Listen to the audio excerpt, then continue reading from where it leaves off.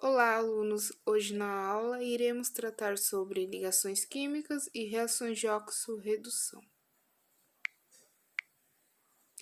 Ligações químicas correspondem à união de átomos para a formação das moléculas. Em outras palavras, ligações químicas acontecem quando os átomos reagem entre si. São classificadas em iônica e ligações covalentes e ligações metálicas. A teoria de octeto ela surgiu a partir da observação dos gases nobres, no qual foi observado que eles tinham estabilidades por preencherem por 8 elétrons na sua camada de valência. Então, hélio, neônio, argônio, criptônio, xenônio e randônio, todos possuem 8 elétrons na sua camada de valência. A teoria de octeto, segundo ela, os átomos possuem a tendência de se estabilizarem e ficarem neutros, ou seja, com 8 elétrons na sua última camada de valência. A partir disso, a teoria ou regra de octeto postula um átomo adquirir a estabilidade quando eles possuem 8 elétrons na sua última camada de valência, que nem os caso dos gases nobres. Para tanto, o átomo procura sua estabilidade doando ou compartilhando os elétrons com outros átomos de onde surge a ligação química. Então, a transferência de elétrons, que nem esse exemplo,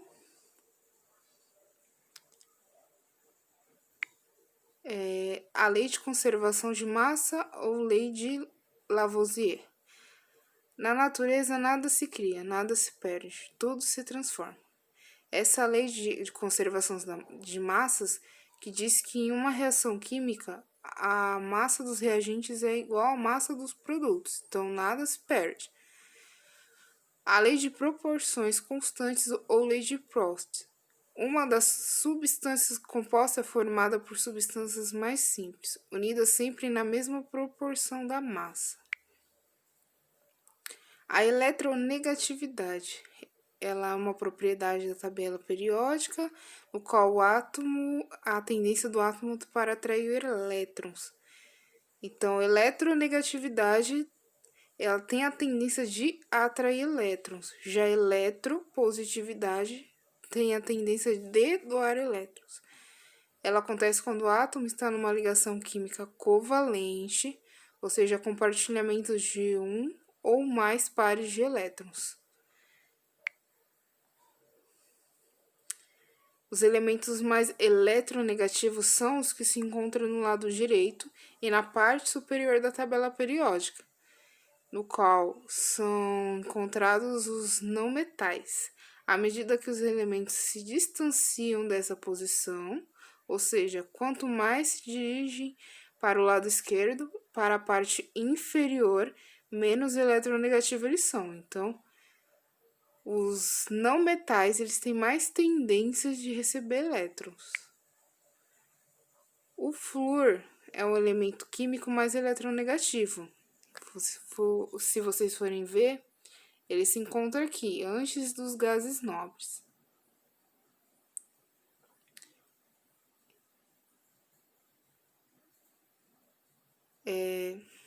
Embora ele não seja um elemento que está mais posicionado do lado direito da tabela, porque se encontra os gases nobres, ele é o primeiro logo a seguir esses gases.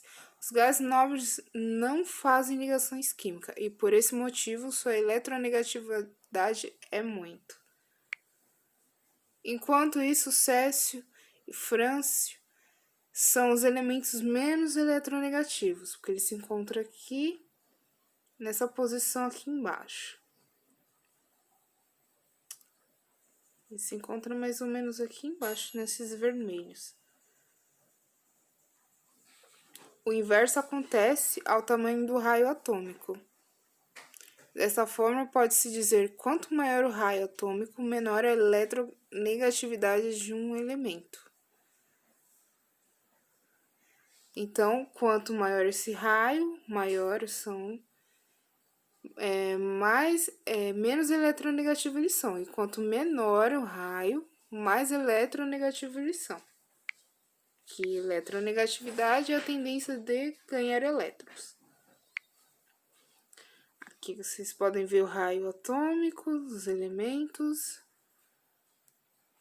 Aqui. Esse F42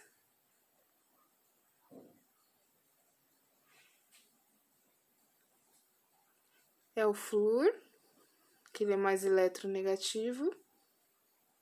E aqui embaixo, o césio e o frâncio, que eles são menos eletronegativos, que eles têm um raio maior, o RB e o RC, e o CS.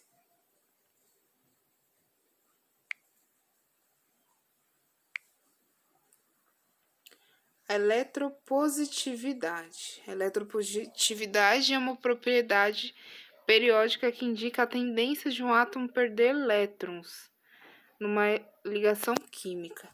A partir dessa perda são formados cátions. Os cátions são íons, átomos eletrizados, que têm mais prótons do que elétrons, logo apresentam a carga positiva.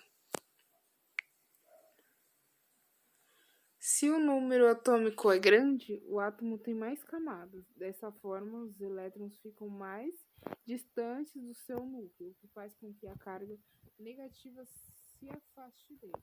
A eletropositividade é baixa nos elementos constantes no nível superior da tabela periódica. Ela aumenta nos grupos quanto mais posicionados à esquerda eles estiverem. Então, ele é sentido contrário da eletronegatividade. Então, ele se encontra mais aqui nos metais alcalinos, que é abaixo do nitrogênio. Perdão, do hidrogênio.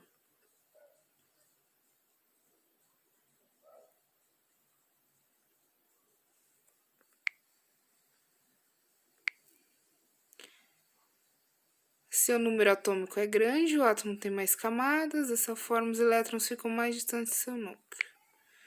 A eletropositividade. Se o número atômico é grande, o átomo tem mais camadas. Dessa forma, os elétrons ficam mais distantes do seu núcleo, o que faz com que a carga negativa se afaste deles. Tá? Então, aqui está o raio. Então, como ele é maior, os elétrons ficam mais distantes desse núcleo, então eles ficam mais afastados. Já que se eles foram menor, os raios ficam mais próximos.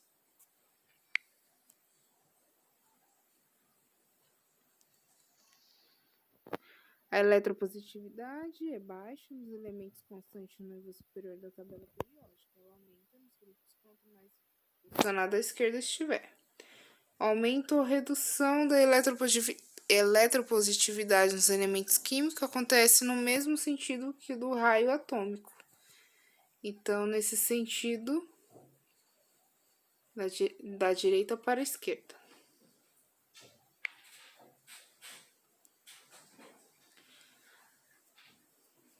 Assim, a eletropositividade aumenta nos elementos que têm raios maiores, que é o frâncio, o césio, o rubídio, são mais eletropositivos do que o flúor e o oxigênio e nitrogênio.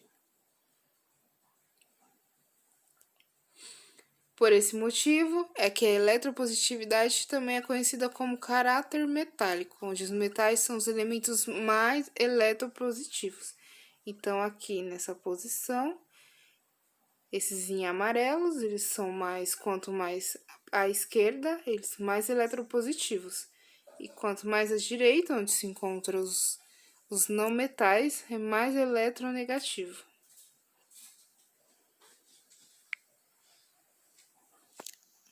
A afinidade eletrônica na tabela periódica. A afinidade eletrônica é maior nos elementos constantes do lado direito e na parte superior da tabela periódica.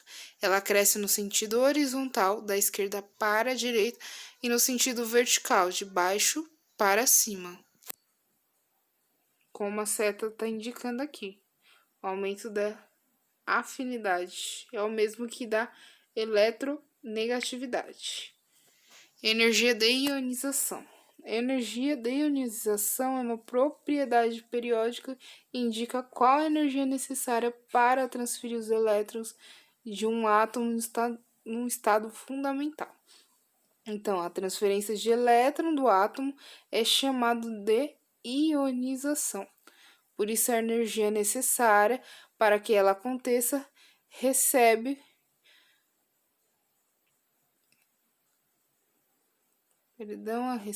o nome de energia de ionização, também conhecida como potencial de ionização. Então, o raio atômico aumenta no sentido da direita para a esquerda e de cima para baixo na tabela periódica. Sabendo isso, a energia da ionização aumenta no sentido inverso, que é o mesmo da eletronegatividade, e é maior da esquerda para a direita, de baixo para cima. Dentre os elementos que precisam de menos energia de ionização estão os metais alcalinos, por exemplo, o potássio. Os gases nobres, em geral, são aqueles que requerem uma energia de ionização mais alta, por exemplo, o argônio.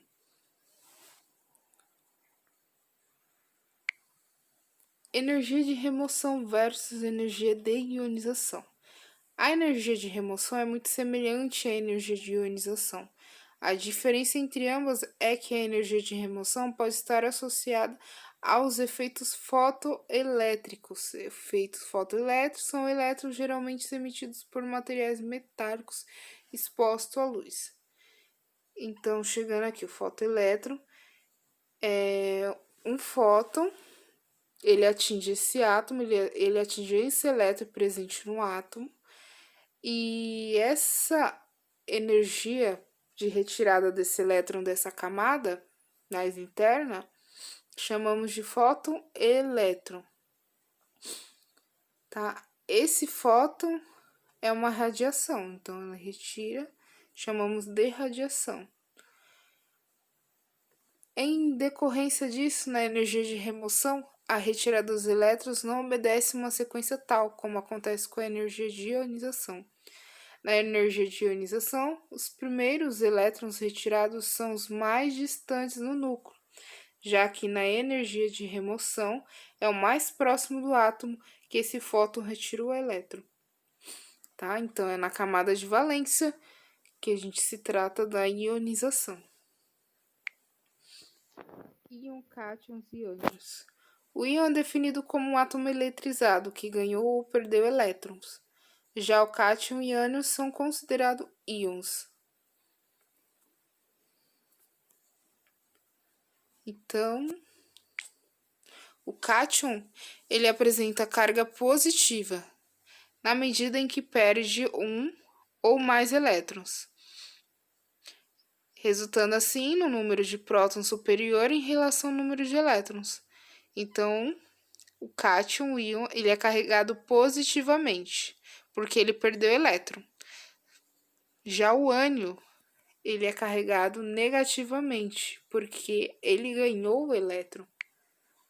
Tipos de cátions. O sódio, o potássio, magnésio, cálcio, zinco, alumínio e chumbo. Ânions, por sua vez, possuem carga negativa, pois recebem um ou mais elétrons, resultando no maior número de elétrons em relação ao número de prótons.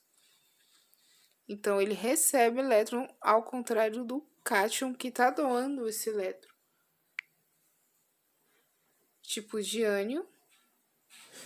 A gente chama também, como ocorreu no cátion, a gente chama de monovalentes, que possuem uma carga negativa.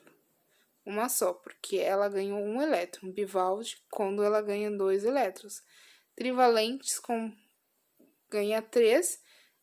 Tetravalentes, quando ganha 4. Aí, os exemplos de ânions são o cloro, o bromo, flúor, oxigênio, enxofre e nitrogênio.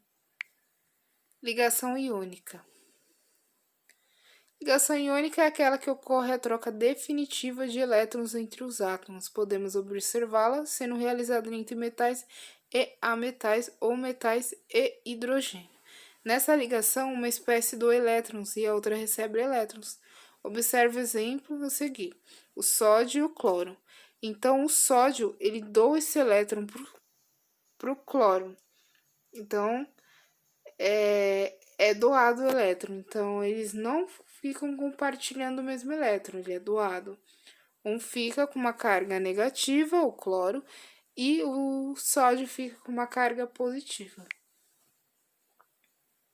Ligação iônica. Observa que é dual o elétron para o átomo do cloro, o sódio transforma-se em um de carga positiva e fica com 8 elétrons na sua camada mais externa.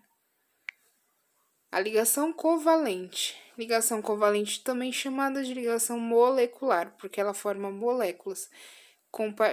Ocorre o compartilhamento de elétrons pelos átomos participantes.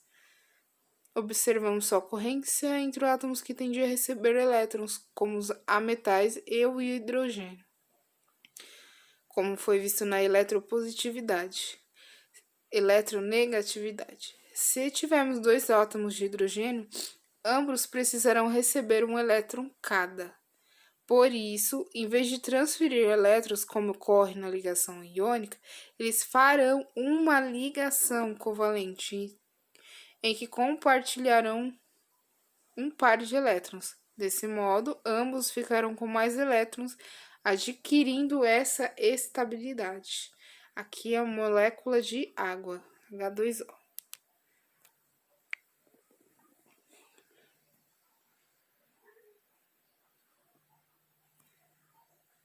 Tá? A gente pode representar essas ligações por pontinhos. Aqui 4 elétrons na última camada. A família 14 representamos pelo carbono. 5 elétrons na última camada de valência, um nitrogênio. O oxigênio 6 e o flúor 7. Então, se o carbono tem 4, para completar 8, ele precisa de 4. Se o nitrogênio tem 5, para completar 8, ele precisa de 3. Se o oxigênio tem 6, ele precisa de 2. E se o flúor tem 7, ele precisa de apenas um elétron para completar e se tornar estável.